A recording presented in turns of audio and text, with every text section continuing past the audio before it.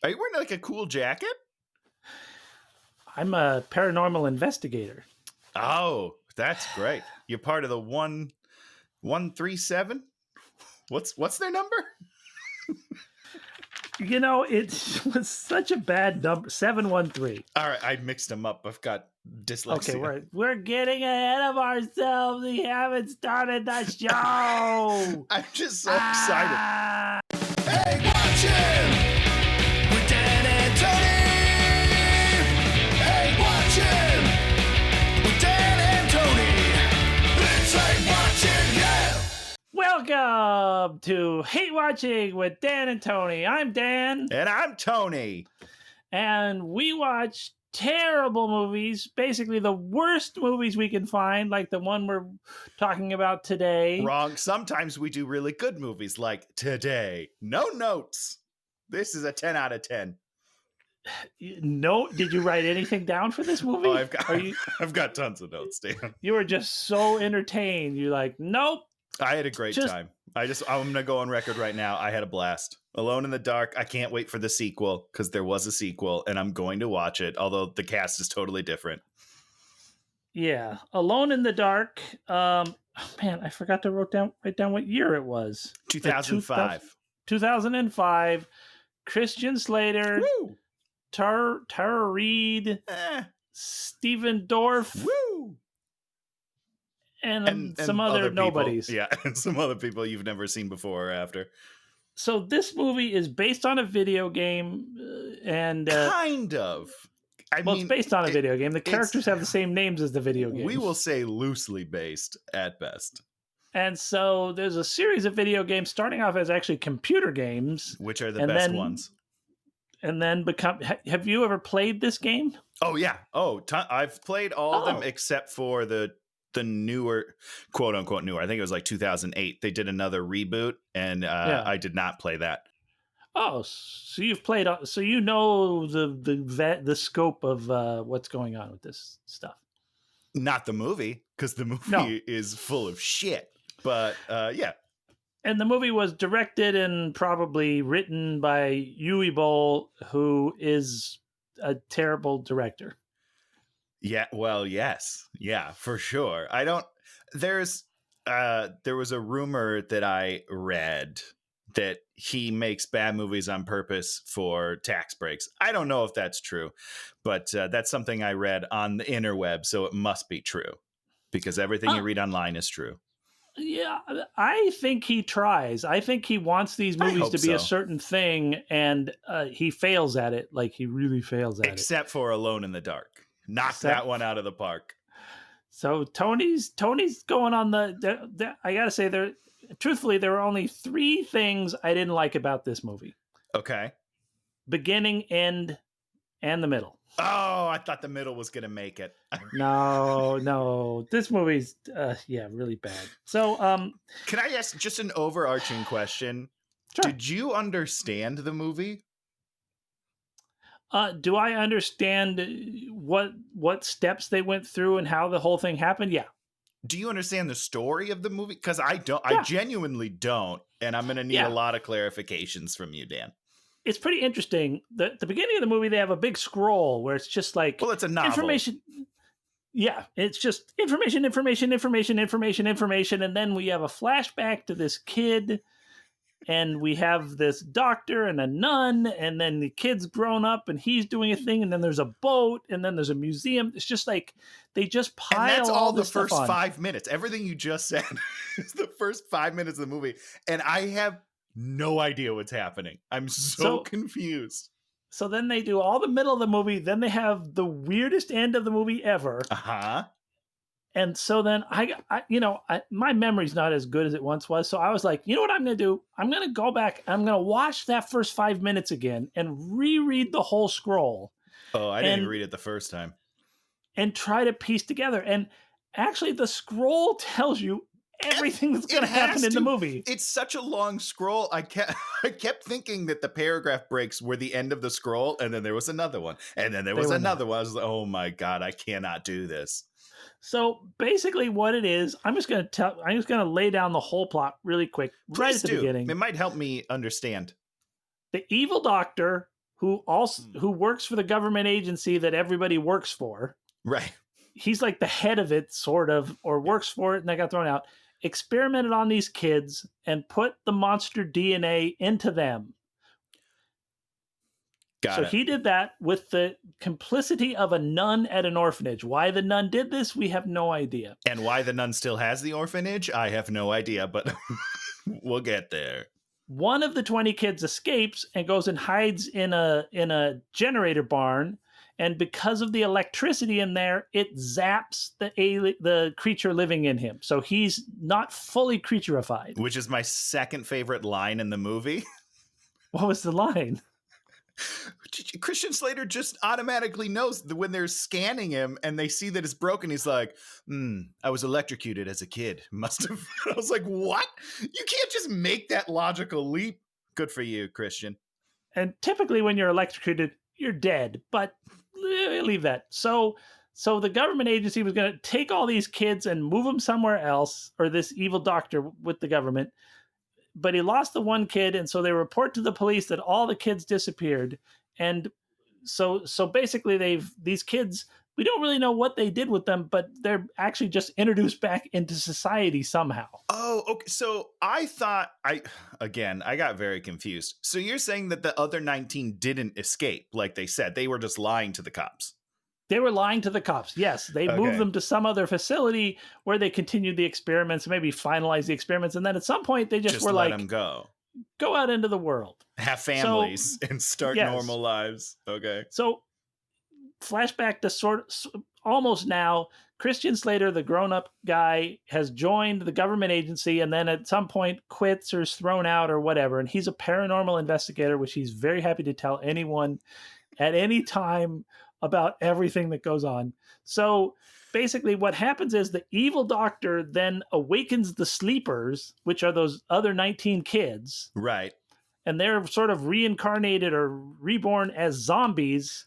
But only some of them, from what I could tell. I understand what you're saying, but makeup-wise and acting-wise, only some of them were zombies, Dan. Some of them were just regular people walking, like, fighting, and then other people were like, I'm a full zombie. There was no direction of what the sleepers were supposed to do. Yes. And so there's a magical key that Christian Slater has found in Chile, which the doctor sort of knows, and the doctor is on a boat, and he also gets a little piece that goes in the key. And basically, it's all about just putting the pieces of the key back together and then getting to this gate that's in this abandoned gold mine and then opening the portal of darkness to let all the bad things out. That's the plot.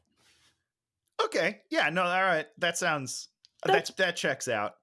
Basically the plot. How anybody knows anything is never explained. Oh, but they know everything.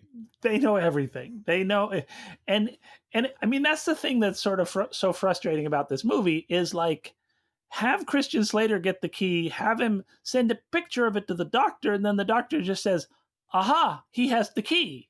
Right. That's nice. But they don't do anything like that. They just the doctor is just sending his dark minions left and right and center, and then the government agent. Well, okay, now we're gonna just start doing the whole movie. Then. Yeah. Let's start at the top because there's a lot we have to figure out, and by figure out I mean you have to explain to me throughout this movie. So, like I said, the beginning part's straightforward flashback. Christian Slater. He escapes from the doctor and the nun, and he hides in the electrical shack, and then he wakes up on a plane. Next to this poor kid, who he then... Poor kid? The poor kid who he just tells, hey, by the way, be scared of the dark, because there's tons of monsters. I know that your parents tell you that there's not, but there are. Like, well, that's a dick move. You just passed up literally the best part of the movie. Well, for strong disagree, but you tell me your favorite part of the movie. The favorite part of the movie is Christian Slater's character wakes up and he's like, the little kid's like, did you have a nightmare? You ate cheese. Cheese causes nightmares. No, you're right. That is one of the best lines in the movie. I take it back. I did get a kick out of that because I agree, Dan. When I eat a full box of mac and cheese, Kroger brand, not Kraft, all right? So it's kind of the knockoff brand. Tough night. tough night ahead of me. It's rough. So I was like, at that point, I was like kind of on board. I'm like, this movie's going to have all these crazy lines and people are going to be like saying stuff and it's just going to be get weirder and weirder and weirder. And that is the one crazy line in the whole movie. No, disagree. There's a couple. There's one more at the very end of the movie, and I'm going to save it because it's my favorite part of the movie. So, and Christian Slater explains to anyone he meets that he's a paranormal investigator. Anyone and everyone. Just, he doesn't, it's not like they're asking about him. I mean, the guy in the taxi kind of does, but he just wants people to know what he does because maybe he feels underappreciated, Dan. Yes. So then we have, I say, the old man, and he talks about getting the artifact. Oh, he's on the boat. So the bad guy's on the boat, and they've pulled something out of the ocean.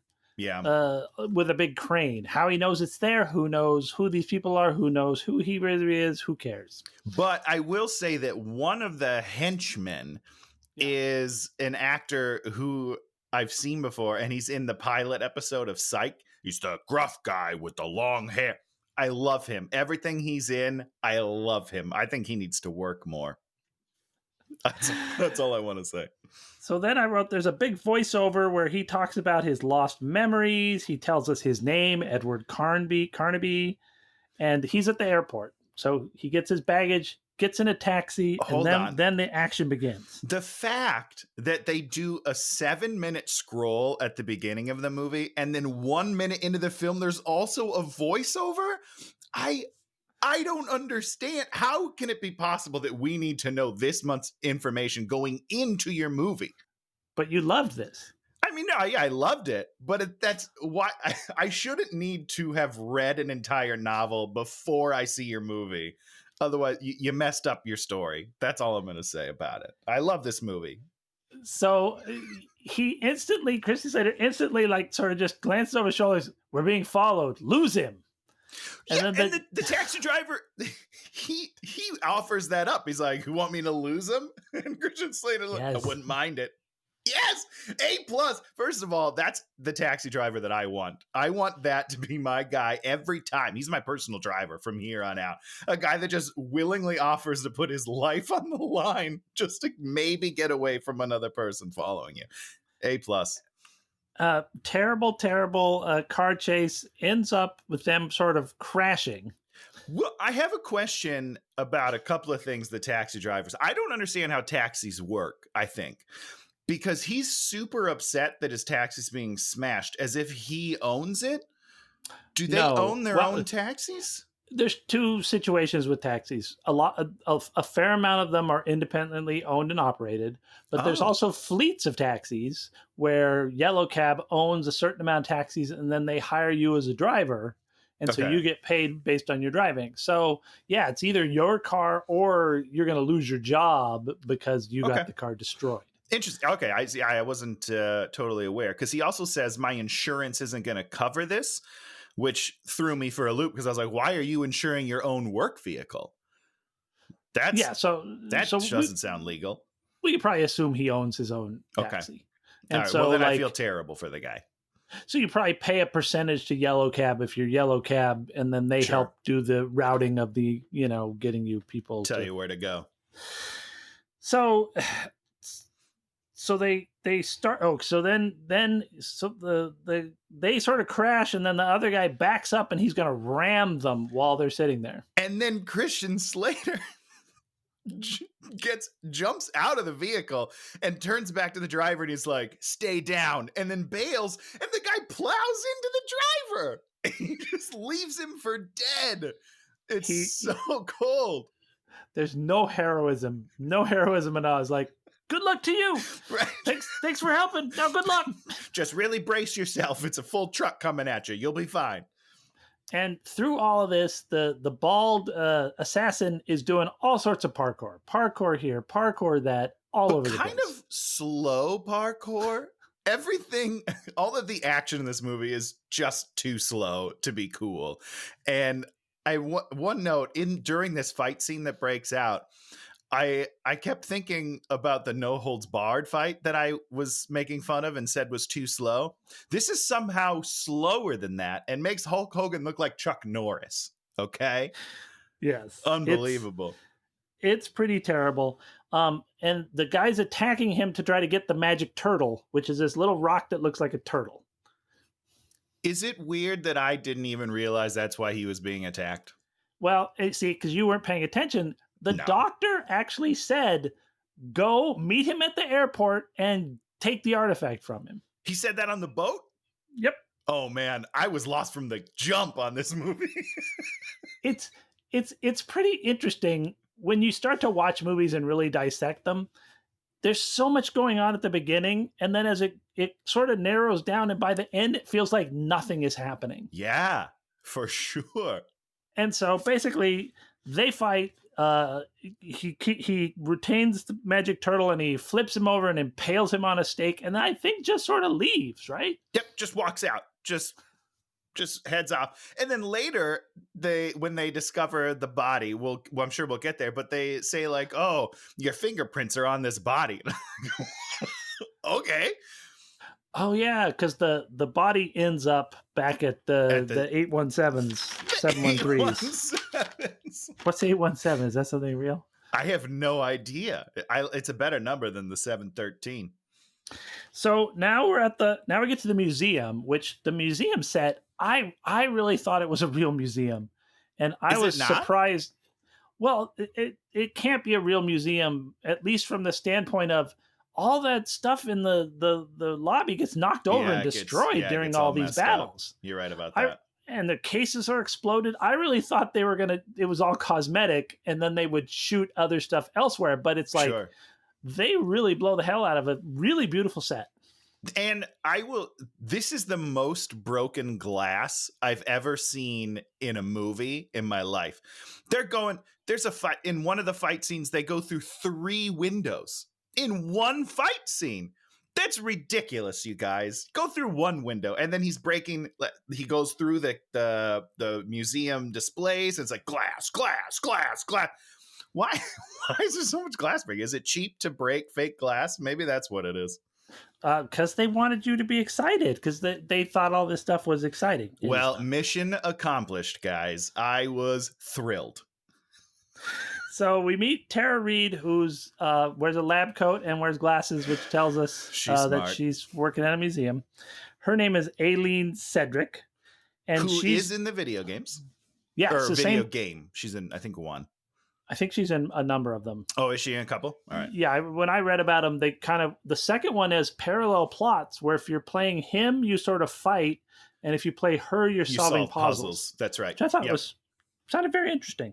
So we have this great interchange. This delivery guy brings up a box, and there's this guard, Rob, who Tony really liked. He's the greatest security guard of all time. He literally knows everything, Dan.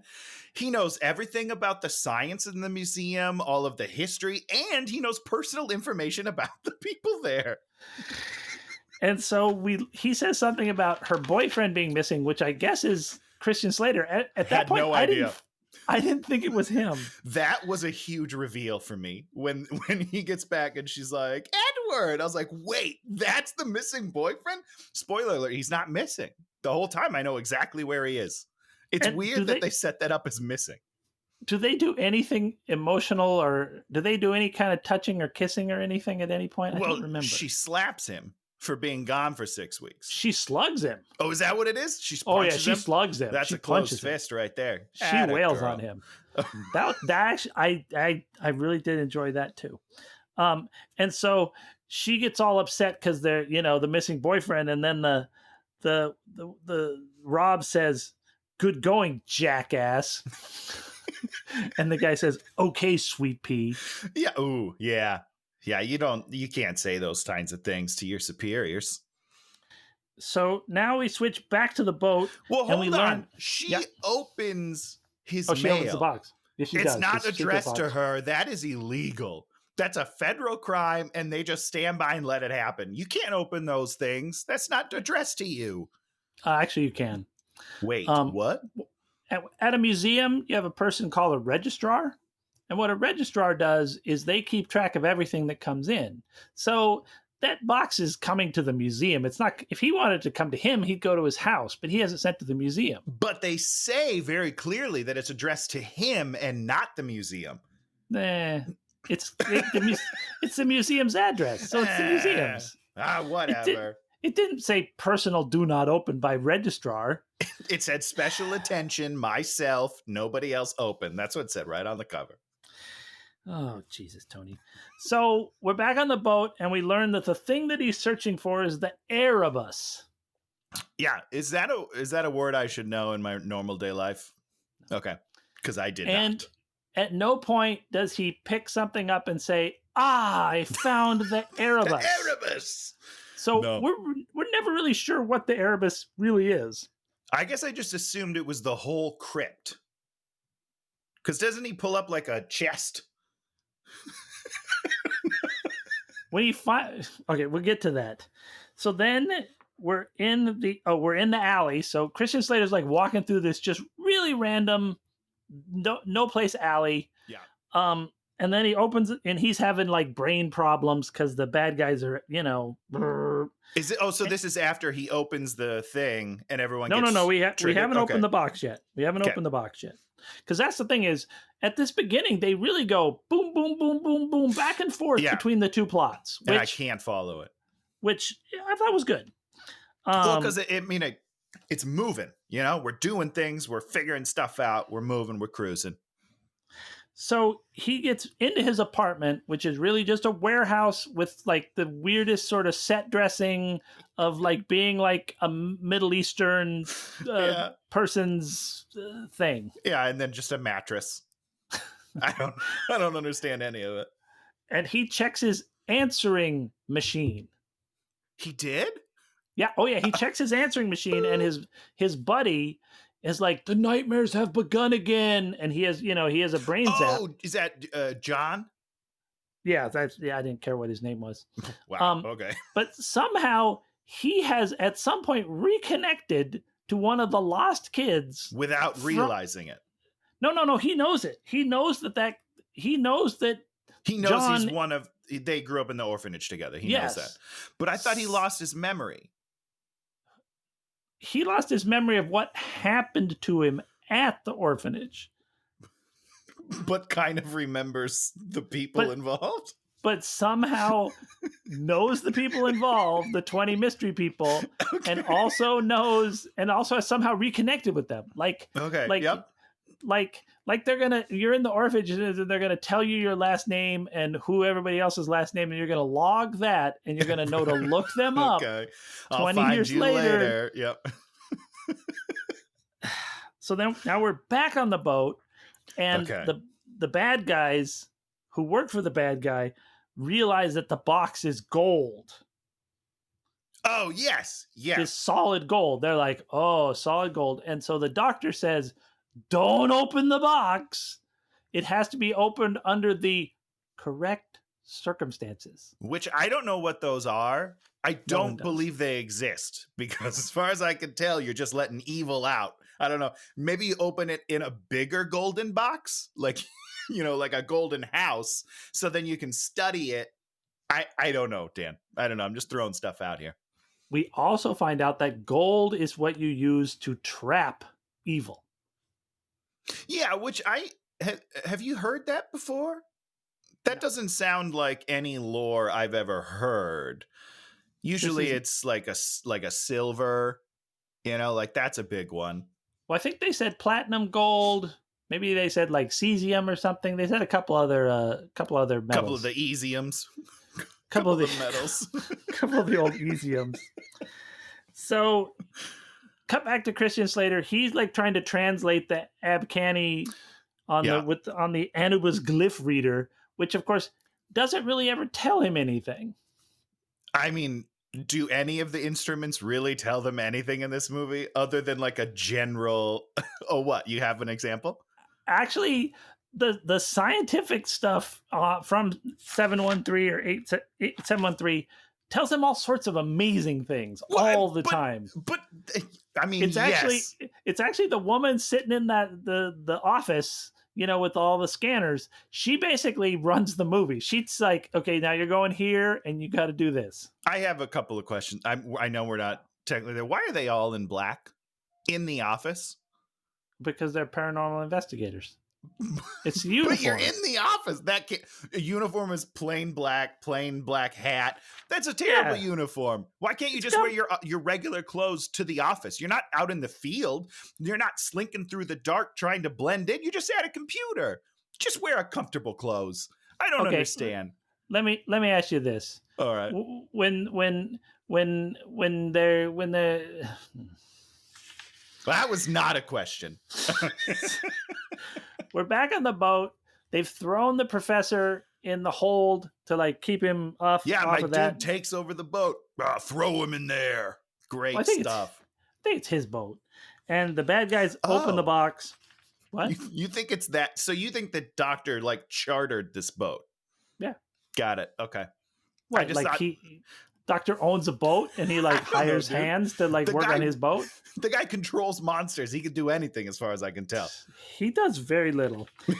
So they're going to open the box. Okay, they're going to open the box and I think there's a bunch of noise and we know that they're all going to die. Yeah, bad things are happening afoot. Oh, I wrote Christian Slater's brain hurts. Other people go full robot. Okay, so now this is the first time in the movie where I am questioning the science, Dan. I don't understand why he's affected by it if he doesn't have an alive monster attached to his spine. Well, I mean, if you think about it this way, it's, let's think about it like radio signals, right? You send the radio signals out, and then they go into the monster's spine and then up the monster's spine. And then the monster, tells the brain what to do. Shoots it in your nervous system. Yeah. He's still getting radio signals to his spine monster. It's just not controlling his mind. It's probably shooting things up there and it's sort of going pew, pew, pew, pew, and missing. Okay. So he's just getting wild frequencies bouncing around his noggin. Okay. I'm into it. So everyone on the boat, we go back to the boat. Everyone at the boat is dead, and he pushes a secret lever. The bottom of the thing opens up. There's a secret panel, and he pulls a thing out that's like about this big, just about this big. Now, what does that do? What that ends up doing is it's the final piece needed to make the key to open the gate. Okay. Yeah. Okay. I don't understand how that works. Well, but it's fine. The thing about any stupid thing about key things, we can look at the Avengers movies, right? The Avengers movies do the exact same thing. Except for way better. I've got a thing. I've got to get all these Infinity Stones. Movie 1, movie 2, movie 3, movie 4. That's how it goes. For the glove, man. That makes total sense. I understand that. Here's my problem with the key is that it doesn't do anything. As far as I can tell, when he there's just like a place for it in the door and he sets it there. He doesn't twist it. He doesn't push it in. He turns it. It pushes in and turns, I think. I don't remember that happening. Yeah. It definitely pushes in a little bit. Absolutely. Right. Okay. And if you say that's the whole thing about stupid key things. It's a stupid plot device. That's all it is. Yeah. And usually a stupid plot device, how you can, how long it takes to explain? 1 second. Very quickly. The doctor at some point should just be, I must find the 3 parts of the key and then I can reopen the gate. And then we're all like, oh my God, when he gets that 3rd piece, we're in trouble. No. When does he get the ability to control the monsters, or has that been all along? All along. Okay. I thought, okay. And where did the monsters on the ship go when they got let out of the box? Did they jump in the ocean? Who knows? Where do any of the monsters come from? Who knows?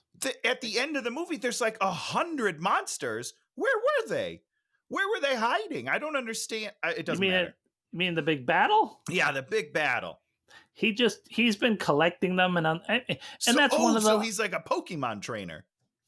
He keeps them all. Gotta catch them all. Pokemon. Yeah, I mean that's the infinitely badness about this movie is that they just don't spell anything out. They just No. he has infinite resources, infinite knowledge, Yeah. and yeah, it's just stupid. I think the biggest fallacy of this movie is that they kill the security guard. He knows everything. That guy could have solved the problem lickety split. So now we finally meet Steven Dorff. He's on the case, and they have they're looking at their paranormal meters. Activity is up. Hold on. Yeah. So you're telling me, what does that even mean? He says something like he looks at the little meter. Paranormal activity is up. Electromagnetics off the scale. And then the other guy says my favorite thing, I'm recalibrating. Because you got to double check your work, because these readings are too crazy. Well, why are you recalibrating? You're getting the readings that are telling you the information. You don't need to recalibrate. You recalibrate. We got to recalibrate because these readings have to be wrong because there's too much readings. I don't understand what it's reading.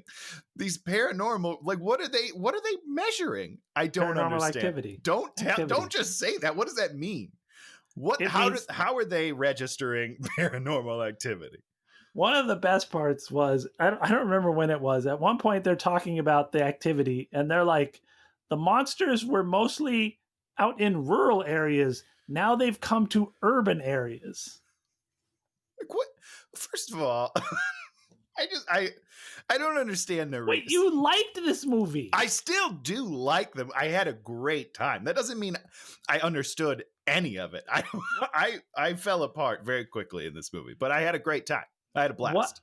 What part did you? What is it you liked about? Were you laughing at how bad it was? Is that why you liked it? I like to think of it that I was in on the joke with them because they also know it's bad. It has to be that because I had a great time. The one-liners that I think we get maybe 2 or 3 of them. They were pretty great.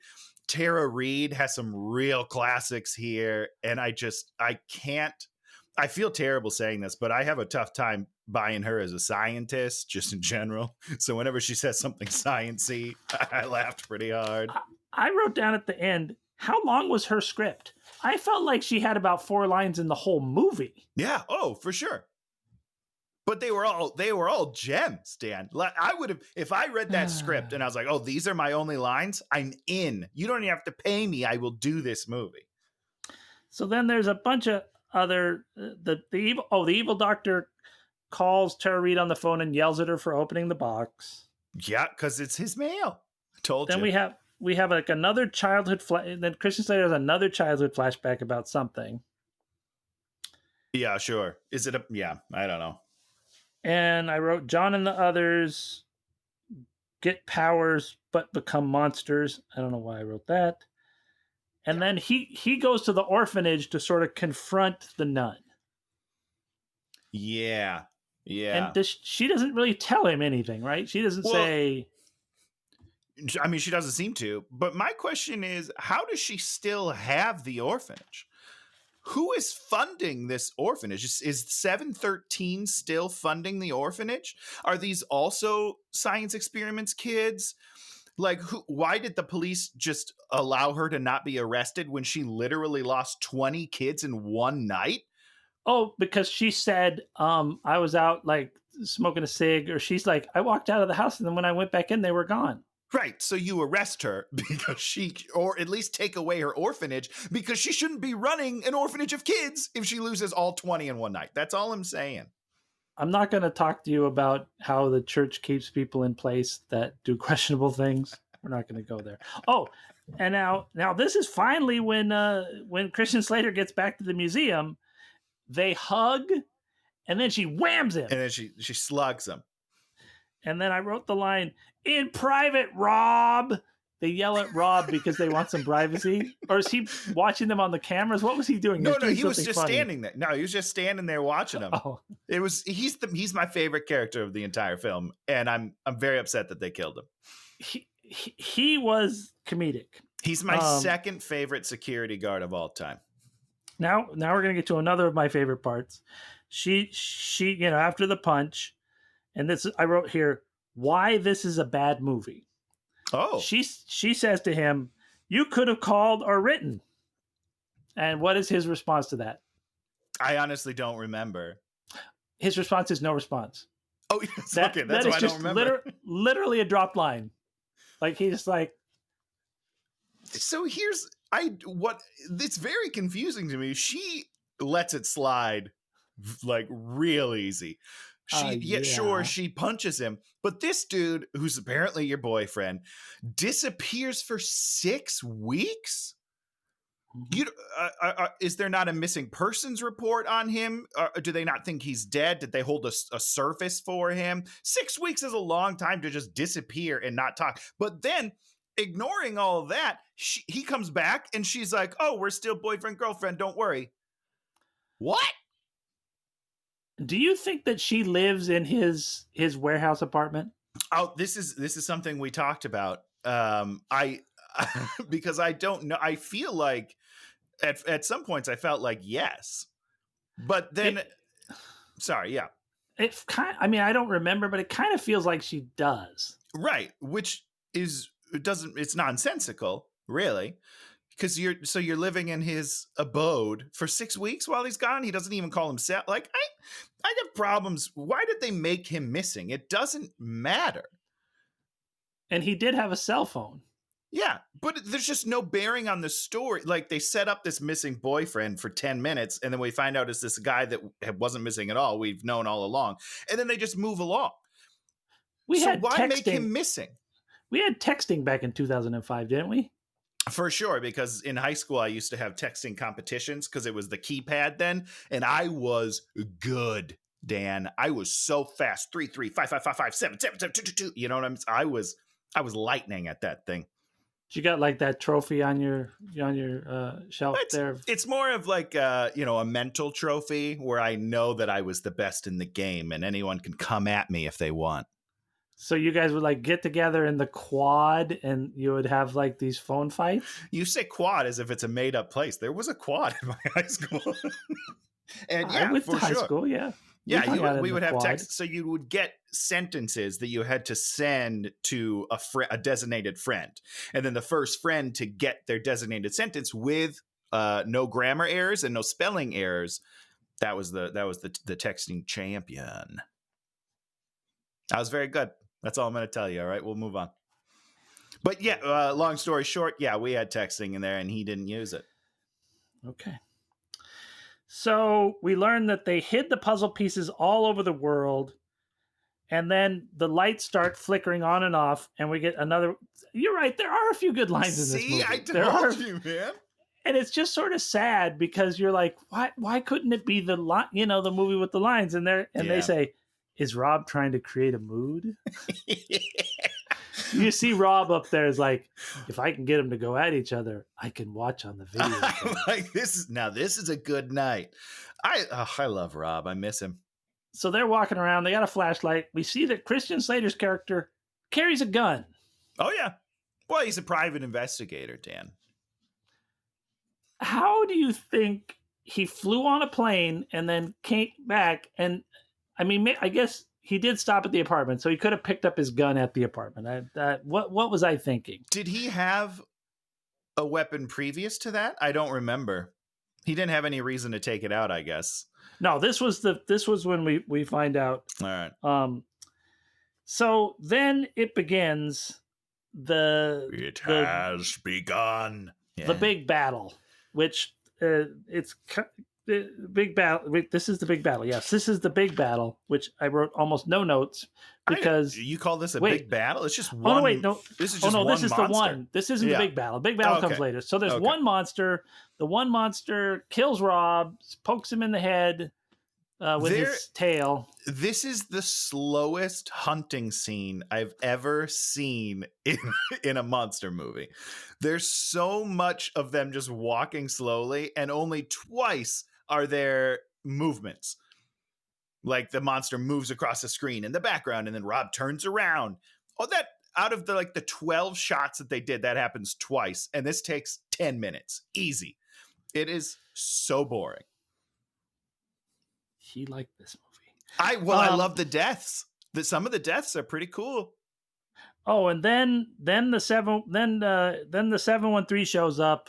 Steven Dorf and friends shows up, and they start blasting away. And did they kill it? I guess no, it leaves.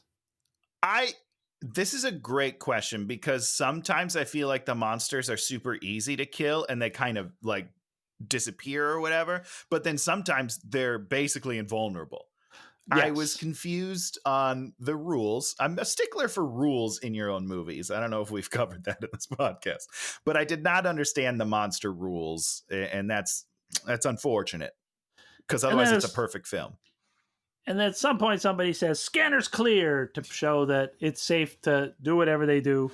And then I think, I wrote down "none your business." There was something about none your business. Does someone say that? See, these lines are flying left and right, Dan. None your business.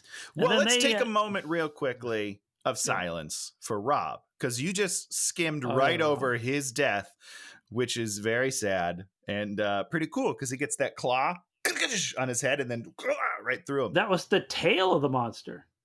Oh, like a scorpion. Okay. Which was a move we never saw again in the entire movie. That is correct. Yeah. Yeah. So Christian Slater and Dorf, we learn that they hate each other, because of course they hate each other, because he used to work there and he works there now, and blah blah blah, and they get in a scuffle. And Stephen Dorff, is he leading the 713 now? Do we get the feeling that Christian Slater used to lead, or was he a subordinate and then just like left? I didn't understand their relationship. Okay. We don't understand that. I don't think he ran the whole place. Okay. He feels he's not a real alpha leader. Presence. Yeah. He's more like, so during this fight, he steals Dorf's ID. He goes into the 713, and we're doing the autopsy on the bald assassin at the beginning, and that's when we find out all about the spine monsters. Yeah. And I think they just hold a scanner up to him and see that he 100%. Has a broken spine monster. Yeah, he's got, and it was moving, right? It was still alive, because they kept like part of it. Oh, really? I think it was frozen. Interesting. Okay. Oh, the one in the dude was still alive-ish. Yeah.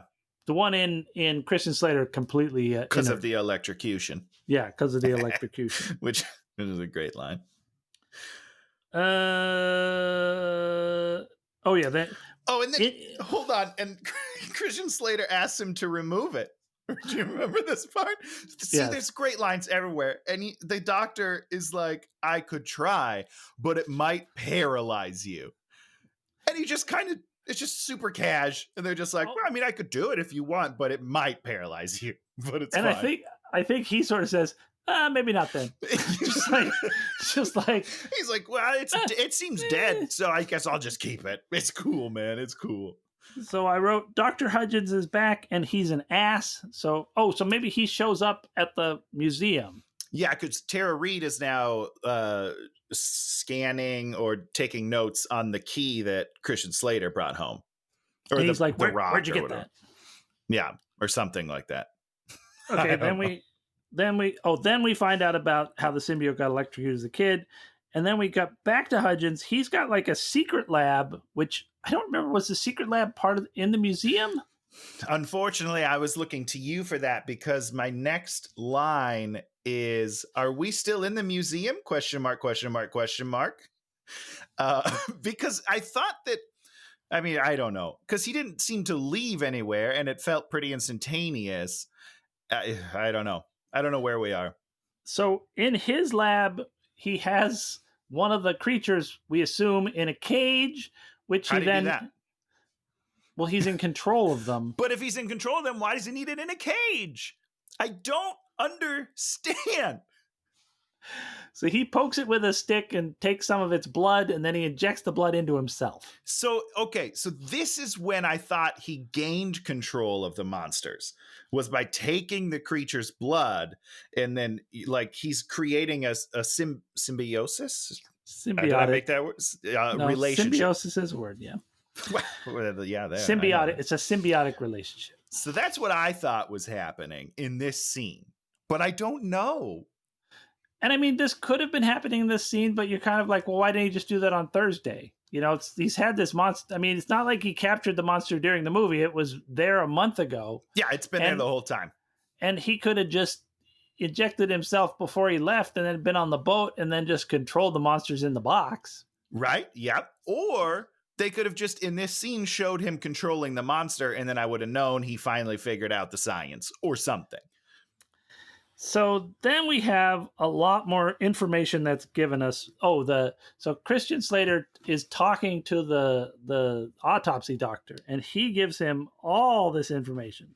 He's like, the xenomes, who are the monsters, right? They disrupt electricity, gold. They live in the dark, but we have flashlights that kill them. We have magic light bullets. We have a detector. Which is all super classified information that Christian Slater, being an ex-member of this team, should not know. But then he gives him all the stuff. Just gives him everything. He just gives him millions of dollars of government secrets. And it's Take it all. Totally. It's so bananas. Here's gold bars in case you need gold bars. Here's the Constitution in case you need the Constitution. It's so cool. I wish I had cool government friends like that. So he goes back to the apartment and falls asleep, and then Tara Reid is back at the apartment, so it must be her apartment. Right? I wrote this one line: Tara Reid is smoking hot. Oh my God, she's very smoking hot in that scene. Well, that's because she took off her glasses and let down her hair in this scene, Dan. It's totally different. It's different people. You know what I mean? She has like office nerd and then glamour. It was so dumb. She's wearing like this little belly shirt. You're just like, I can see why she was paid much attention to in those many years. Then Dorf yells at the coroner because somehow the coroner has let everyone know that he's given all this stuff to... he just tells people. He's like, oh, hey, by the way, just a little bit earlier today, I was talking to Edward and I gave him all our stuff. I hope that's cool. And then Steven Dorff's like, hey, it's not cool, but what's done is done. Let's move on. Oh, and tell me everything that he told you. Oh, right. Yeah, just as long as you tell me the conversation, I'm going to let it slide. I'm mad, but yeah. So here's the big battle scene. This is the big battle scene where we're back in the museum, and then 1,000 monsters attack, and then 1,000 agents of 713. Hold on. So yes, that all happens, but the first wave of the attack is just the zombies. Oh, it's the zombies first. I'm sorry, I didn't say it. Including his buddy, John, is first of the zombies to attack, which he kills almost instantaneously. And doesn't feel any remorse to this guy who's supposed to be one of his oldest friends. Just shoots him dead and was like, whoa, tough. Wasn't John anymore. I'm good. Which is ridiculous. And this whole part, there's even a music video right in the middle where it's just darkness and then light shooting. Guns and shooting to this rock music. It's like, it was the best. I loved that scene. No? Dan, what are you talking about? They shot this in like an empty warehouse, I think, because it's just the only light in the scene is the gunfire. Oh, I'm sorry. This didn't take place at the museum. This took place at his apartment, his warehouse apartment. Is that where we are? Yeah, that's where the whole battle takes place. I didn't even know where we were. That place is huge then. Yeah, it's huge. Good for him. Great job, Edward. But so the first wave... Oh, no, you're right. They're back at the museum. Because this is the exploding glass. Yes. Was it at the museum or wasn't it? I don't know. I'm thinking it's at his warehouse apartment. Either way, it's weird because the zombies are the first 8 minutes of this battle, but there's only 18 of them at this point. Because Christian Slater's number 20. 19 of them. Well, but John dies immediately. John is the only one that dies quick. The other zombies somehow put up a really good fight, but there's only 18 of them. And there's like 50 713 agents. The 713 is there, and there's a ton of them, but these zombies put up like a huge fight. I didn't like the numbers, is what I'm saying. Like, if you're going to make zombies, probably make more than 18 of them. There was one part I liked where one of the monsters or somebody cut a guy's spine in half. There's like this exposed spine sticking Dude, it was out. awesome. I'm like, I like that. Yeah, there was a couple of good deaths in here, and I wish that they would have picked a lane and either done cool deaths. You know what I wish this movie was cool deaths and cool lines. I mean, we have both in there. It's just muddled. Yeah, I mean, could you have? I mean, this movie. We'll talk about it at the end. Okay. So they battle, and then pretty much everybody gets killed, and then Dorf is like angry at Slater, and then he's like, "Yeah, but okay." Yep. That's how everything happens. Is they pretend like they're mad, but there's no real emotions, and then they just move on. That's every human fight in this entire movie. Now we have now the woman who's sitting back at 713 headquarters like has a bleep, and then she knows they need to go to this abandoned gold mine. Yes.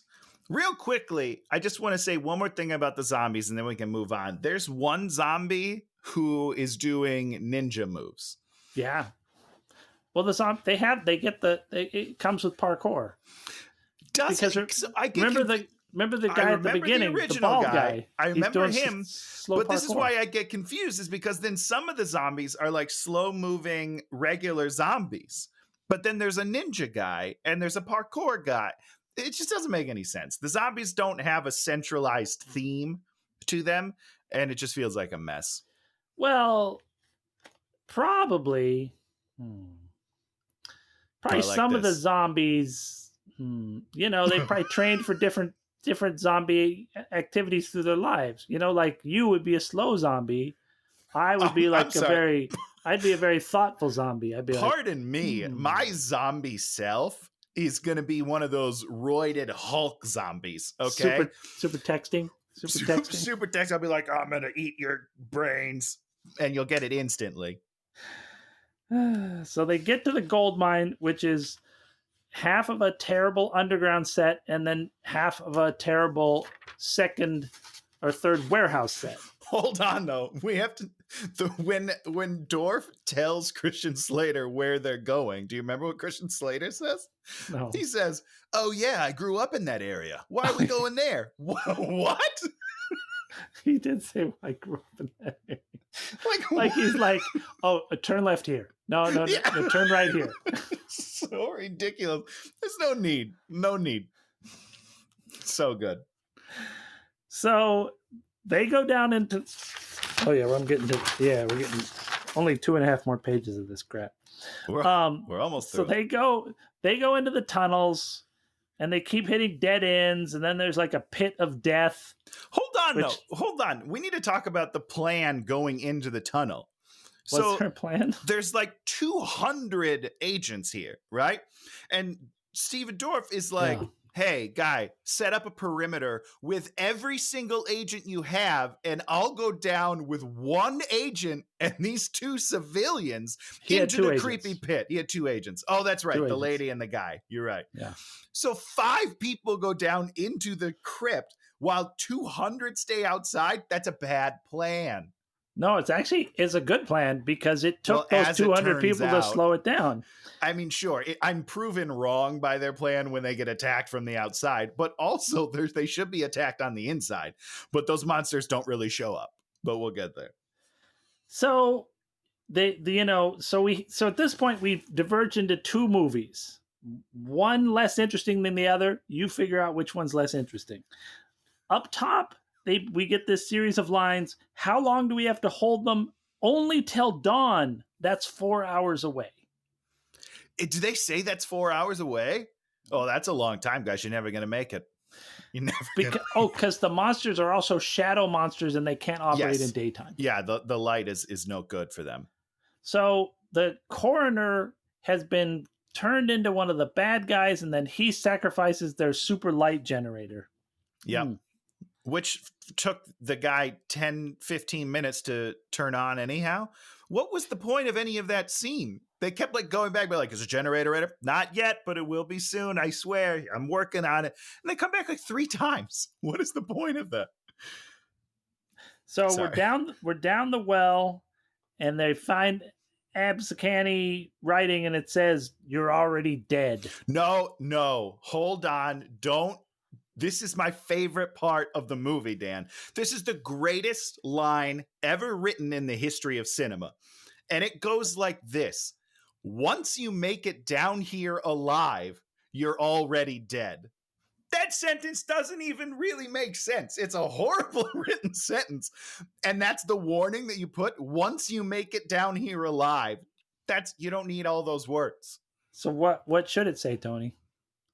You're already dead. If you're here, you're already dead. Say something like that. Don't say once you make it down here alive. Are people making it down there already dead? And then they don't have to worry about the warning. They can just go through the gate because they're fine. They're already dead. I don't understand. What if it's like Count Dracula? Just so is Dracula in this universe? Because I'm on board. What if it's Count Chocula? Ah, delicious. He's very, very yummy. Once you make it down here alive, you're already dead. So horrible. Then we fight the sand snakes, and they kill the woman. So this poor woman is on the ground. There are sand snakes coming everywhere. Nobody picks her up. No. They just leave her on the ground? Good These luck. are the worst people ever, Dan. They're all jerks. Actually, if we think about it, that's how war is, though. Should you stop from shooting sand snakes to like drag a body around? That's yes. It's back to that whole thing with when Hulk Hogan's on his motorcycle. Yep. She's on the ground.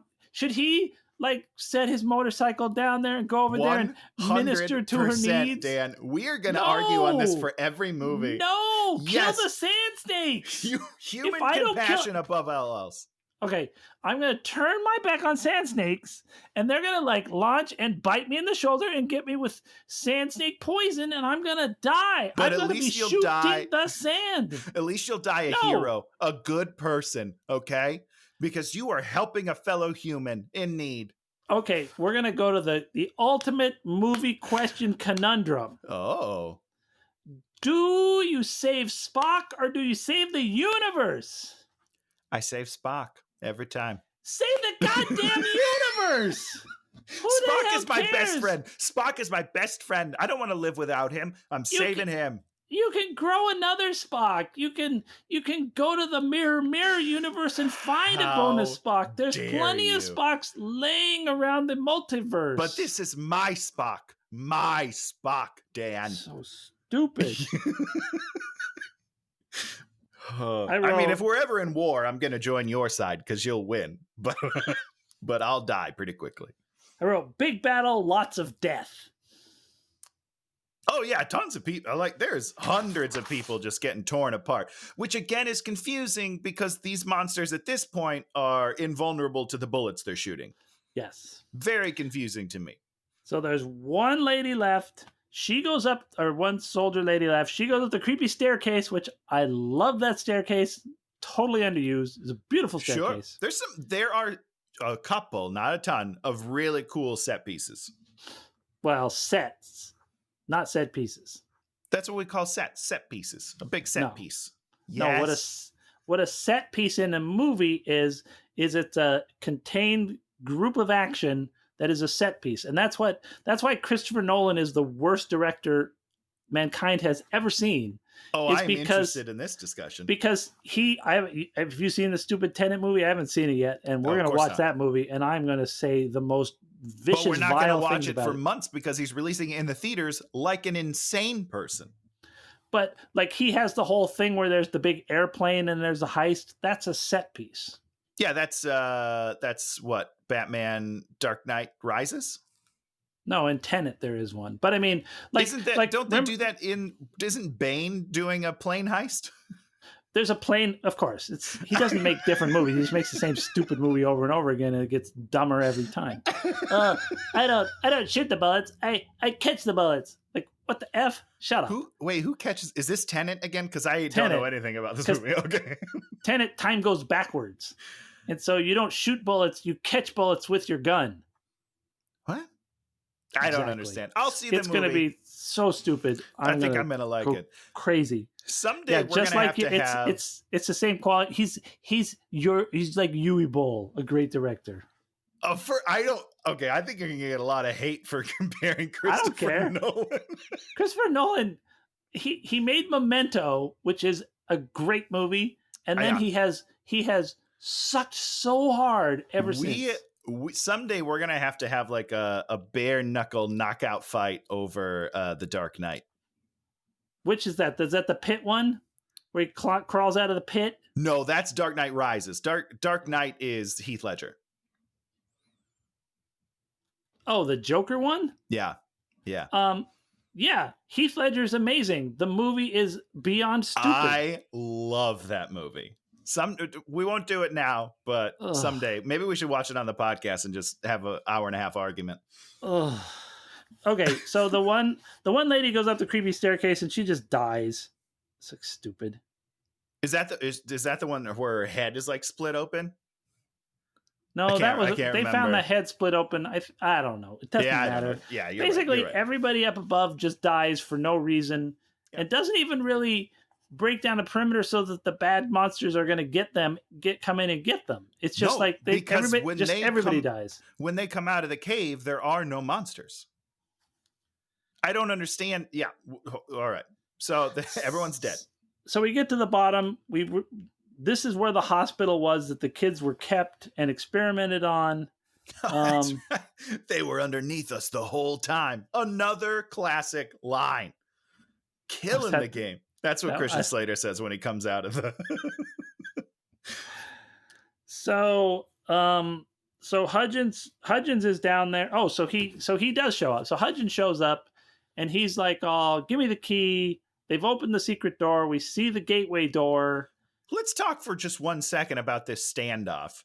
So the doctor has one gun on 3 people who all have their own guns. Guys, shoot him. Just shoot him. You're outnumbering him 3-1. At best, he'll wing one of you. Shoot him. There you go. There's you're using the Dan Goodsell real logic as opposed to the Tony Stupid logic. Tony Stupid logic is we can't take the risk of our people getting shot. It's the end of the world, and we have to we're trying to preserve life.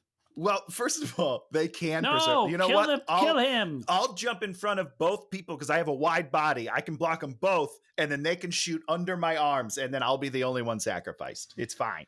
So the evil doctor takes the key, puts the bonus piece in, is like, "You're dumb. You don't have the bonus piece. You couldn't have even opened the gate if you wanted to." Right. And then Steven Dorff slips the secret knife out and flings the knife and kills the doctor with the knife. An incredible throw.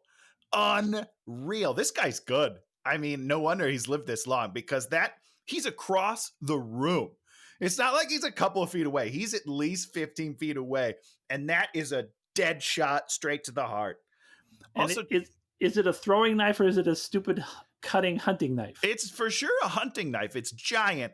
And I'm a little confused on the weight distribution because he throws it and it's a straight line. Is that how... I don't know. I haven't thrown a knife in a while. But is that how knives work?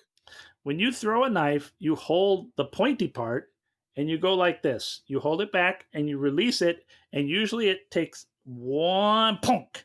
It's going to spin and shunk right in. Because it's not equally weighted, right? No, so it turns, right? A real throwing knife is weighted perfectly. Okay. There should be no a throwing knife shouldn't have any kind of what's it called? You don't want any drag on it. You don't have a guard. Oh, really? Oh yeah, real throwing knives are like, what would you say? They're like a ruler. Like if you took a ruler and then... Interesting. Okay. And so then sharpened it. Yeah, it's just one thin, it's thin and then super sharp. And then usually, do you hold the blade? It doesn't matter. But yeah, there shouldn't be a guard on it at all because you don't want that. Yeah, that causes all sorts of friction in the air and all sorts of problems. Yeah. All sorts of drag. Yeah. Well, it doesn't, it turns out, Dan, because I just watched it happen and it's immaculate. Great toss. So here we are. They're standing in front of the gate to evil. And what do they do? What do they do with the gate to evil? Well, first of all, let's back up a second because it matters. It matters this time, Dan. I'm making a point. Before the bad guy shows up, they decide not to open the door. And that's very important because they're like, you know what? I trust the Abkhani. They must know what they're doing. Let's not open this door to evil. Then the bad guy opens it. And then they're like, immediately, once he's gone, they're like, you know what? Let's just go in. It's already open. We might as well go in. I mean, Dan, you're gone. I take it you didn't say anything important. I said I basically solved the problem of the movie. Good. Tony solved it, and I didn't have to hear it. They refuse to open it, but once it's open, they all decide to enter. That's all I was saying, is it doesn't make any sense. Their thought process is ridiculous. And when you have a gate ostensibly to someplace else, this gate was almost like it opened to underground.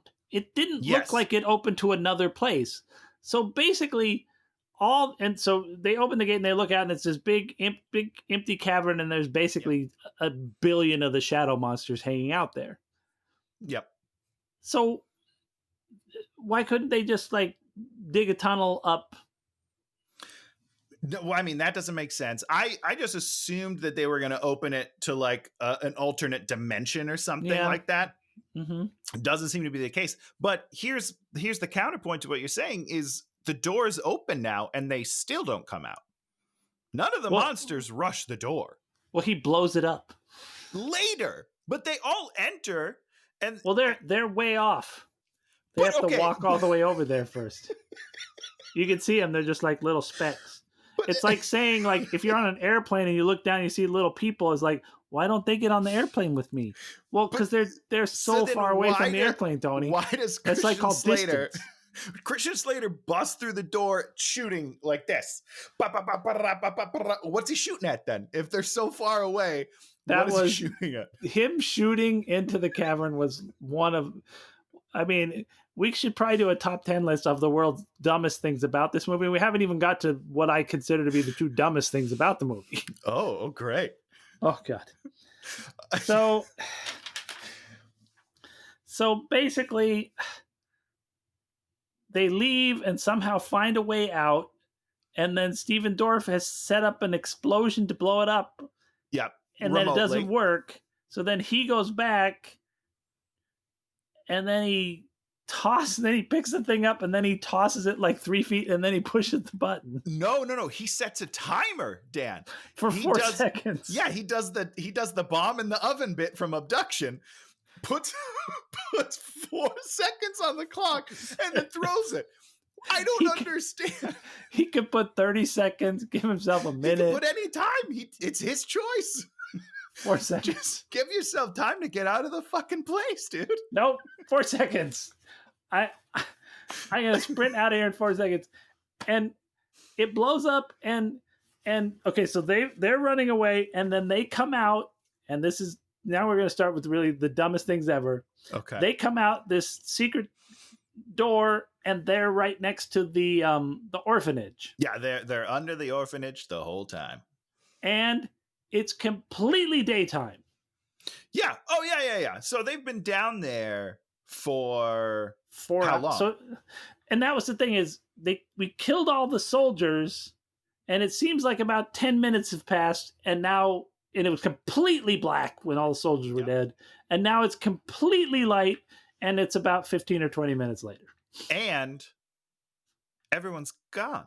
No, hold on. We're not there yet. We still have a few more things to go. I'm there in my mind, but okay. So the explosion happens, and literal flame shoots out of the thing. Goes all the way through the tunnel. Let's keep that in mind. All the way through the tunnel. We cut back to Steven Dorff, and he's laying there. I don't know if he was moving or not. I don't remember. 100%. Yeah, he was like, like he's alive. So the bottom of a gold mine, flames shoot out, but somehow he, who is 4 seconds away from the explosion, is fine. Yeah, well, he did this. He ducked and covered. Just like you learn in grade school, you curl into a ball and you're fine. So then we get to the very last thing. They walk into this. Oh, the nun is dead. They go inside the orphanage. The nun is dead. Where are the kids?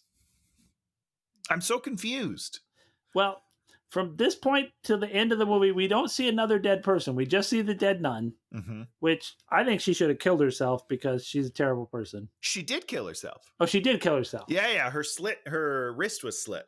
Oh, okay. I don't remember. And that's interesting that you felt that, because when we saw that, I was like, whoa, that's so dark. This poor. First of all, I mean, now, you're going to hell. She's going to hell. Well, she was going to hell before. She forgiveness sold and all that.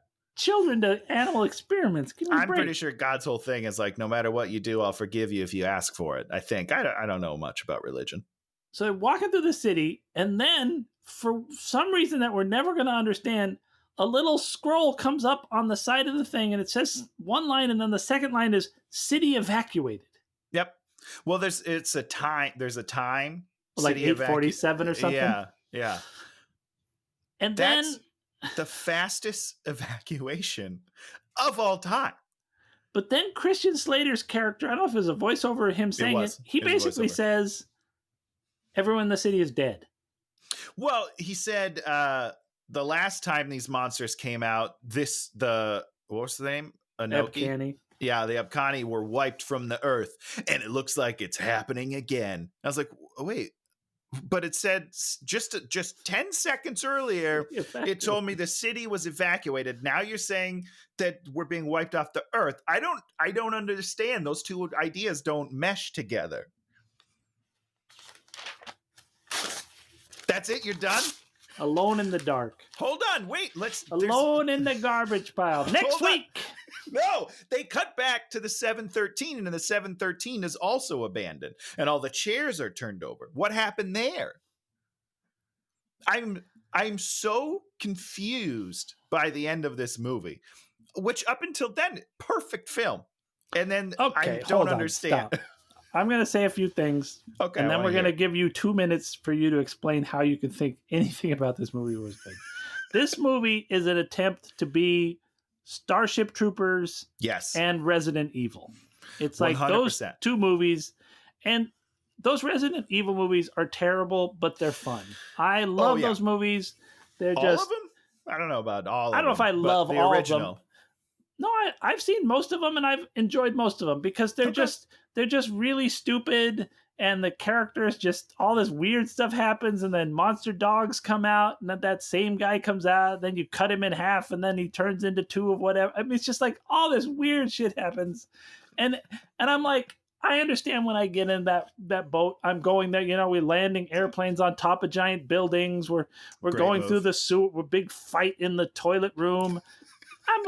I sign me up. Fight in the toilet room. I'm good. I'm good with fight in the toilet room. Mila Jovovich, I can look at her as much as possible. She's beautiful and she's fun and whatever. I'm just like, these are dumb, true video game movies. Do they add up? No, of course they don't add up. If you're trying to figure out the logic of what's behind them, no, they're stupid. They're just like the next one is just the same movie again and again and again. This movie wishes it could be that because it's not very much fun. Wow, I thought it was pretty fun. Oh, sorry, I'm supposed to let you finish. Are you done? I am done. Great. I agree with everything you just said. It 100% is Starship Troopers meets Resident Evil, and it's not as good as either of them. I'll give you that. But what it does have is some great one-liners, 3 cool deaths, and a music video in the middle of it. What other movie do you know that has a rock music video in it? Almost none. Well, Love Guru had like 3. And I wish that was the whole movie. Those were the best parts of the movie. And again, it's the best part of this movie. Amazing. So good, man. You really, you like sat there and really enjoyed that, didn't you? I had a great time during the music video. Like not even ironically, you were just like, this was the whole movie, if just every time something was getting killed, it was to like rock music. Yes. I wish there were 3 of them. That's what I wish. I think one was too few because I don't think anyone else was on board as much as I was. But if you hit it a couple times, I think everyone's on board by the end.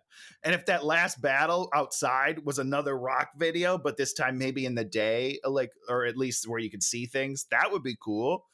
Things exploding to the music. Awesome. I'm totally in. I'm totally into that.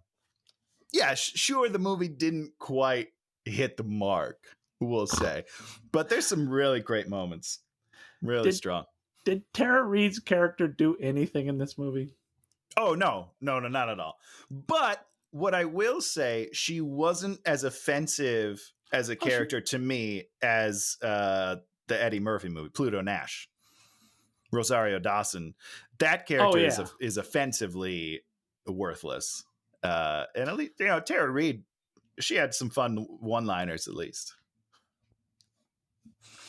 I had a good time. Real quickly, let's talk about the video games just for 1 second. Sure. The video games, at least the original couple, were just in a house. Like you investigate like a house, like it's just. And then the 2001, I think it's called like New Nightmare or something. That sounds like the Freddy Krueger movie, but something like that. Alone in the Dark, Nightmare. I don't know.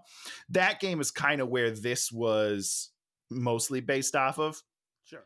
But even that had a cooler story. I wish that they just would have done that story, which was that every 20 years or something like that, a group of hunters are born and they're all named Edward. So they're all named the same person. So every iteration of the video game was technically a different guy, but it was like under the same name. They're all just the hunters. Sure. This backstory confused me way more than that backstory does. I mean, the thing is, it's like you can have all this sort of stupid action and do all these sort of things. Just make it like they're shutting the portal. You know, yes. They're like this portal every 100 years comes open, and you have to put the puzzle pieces together and go down there and shut it. Have you ever seen the movie The Monster Squad? Because you just described the plot of that movie, and it's a 10 out of 10. Yeah, okay. We'll do that stupid movie someday. If I will. Oh, I hope we do, because it'll be an hour and a half of me singing its praises. The greatest film in cinema history. So, yeah, this movie went wrong on so many levels, but Tony loved it because it had a music video slapped in the middle. That's pretty cool, man. That's pretty cool. I had a good time. Now story. It's time to talk about something that we liked during the week. I am going with Gravity Falls. I'd seen this show a couple of times. It's a kids show, and it's a kids show cartoon. I think it's Nickelodeon. And basically, these two kids are in Oregon, and they sort of deal with the supernatural. And so the very first episode, he thinks that his sister or his cousin. I think it's his cousin is dating a zombie, and it turns out not to be a zombie. And so there's all sorts of zombies and all this, but there's also a larger plot which goes through the entire season, and it just was so palate cleansing. That sounds to awesome. Watch like real characters that had real motivations and did real things, and you were surprised by things, and the supernatural things were interesting. Yeah, 10 out of 10. I think it was Netflix has just put it all up, and I think there's like 3 seasons. Okay. And I knew it was good. I'd watched a couple, just randomly, and I was like, I'm going to sit down and watch this from beginning to end. And for sure, 1 episode in, I'm completely hooked. Okay, I'll give that a shot. That sounds right up my alley. Yeah, sounds awesome. What you got for us, Tony? So if you have seen what I'm about to recommend, I would assume you would disagree. I'll start there. But we watched the Netflix show V Wars this week. So Netflix did a deal with, I think it's IDW Publishing, excuse me. Mm-hmm. And they did 3 comic book adaptations this past year. They did Lock and Key, which apparently a lot of people liked, and it got renewed for a 2nd season. I'm not a huge fan. I did not like. I didn't like it either. Well, it was bad. So anyhow, well, it was everything in it was arbitrary. It was just like arbitrary stuff again. Yeah, Okay. I wasn't sold. But then they also did something about October. I can't remember. October Faction, about a family. The mom and dad are hunters. And that show was, I did not like. And then I finally watched V-Wars. And that show I loved. It's a vampire show with the guy from the Vampire Diaries, Ian Somerhalder, something like that. He's from Lost. He's Boone in Lost. Boone. But it's Boone? Which one was Boone? Boone was buddied with John Locke for the first part of it, and he was Shannon's brother. Oh, well, the Shannon's brother. Sure. Okay. Anyhow, so he's the star of it. I believe he also produced it. But it's kind of like vampires are a pandemic, as opposed to, so it's spread as a disease and not through biting. And there's different kinds of vampires, and the vampires are a little bit scarier than we've seen in a while. Like, I feel like a lot of people are doing, love vampires and, that nonsense. But this is, vampires are monsters, and they kill people. They tear people's throats out. And it was awesome. And the end of the season, don't watch it because it's a huge cliffhanger, and like it sets up season 2 to be this massive thing, and they canceled it. And I'm upset. I tweeted about it, and I'm very upset at Netflix because I loved it. I thought it was awesome. When did it come out? It was actually the first of the 3 to come out, and I think this came out in the end of last year, the end of 2019. Huh. I'm pretty sure. So we are continuing Halloween week next week. So I have picked a movie which hopefully has some actual like Halloween elements, since this movie really didn't have any Halloween elements. Yeah, it didn't. I apologize. Good pick, Tony. Was it a horror show? Not really. Not really. It was kind of like low rent, bad science fiction. Yeah. And I guess the very first one of the video games was based on H.P. Lovecraft. Yeah. So we're going to go full Lovecraft next week. Okay. We're going to go to the original H.P. Lovecraft adaptation. Do you remember the very first H.P. Lovecraft movie? Was I alive? What year were you born? 85. You may have been alive. It depends on what month? What month you were born in 1985. Do you know what film I'm talking about? I don't. Tell 1985's Reanimator. Reanimator! Which I watched everything genre, but this one seemed too much like horror when I was in 1985 when I was 20. So I never saw it, and I hear it's really terrible, but also really fun and really gross and disgusting. I haven't seen it since high school. Yeah. Like early high school, so almost 20 years. God, I'm old. Yeah, so this will be fun. I'm excited. And it is more of a horror movie, right? For sure. Yeah. Oh, okay. So hopefully we will actually get to some horror and not do paranormal investigation boredom where nobody does anything. Oh boy, rock music video. That's all I need to say for the rest of time. I'm assuming Reanimator has no rock music videos in it. Not yet. Maybe I'll make one myself and then I'll post it. Well, this has been Hate Watching with Dan and Tony. I'm Dan. I'm Tony. And if you like what we're doing here, you can subscribe or leave a comment. As creators, we always appreciate such things. And if you don't like what we're doing, subscribe and tell us why in the comments over and over. But keep listening. And we will keep doing exactly what it is that you don't like, because this is our show. We're not going to listen to you at all. And it's not your show, so get over yourself. Nailed it. Button. Hey, watch him! We're dead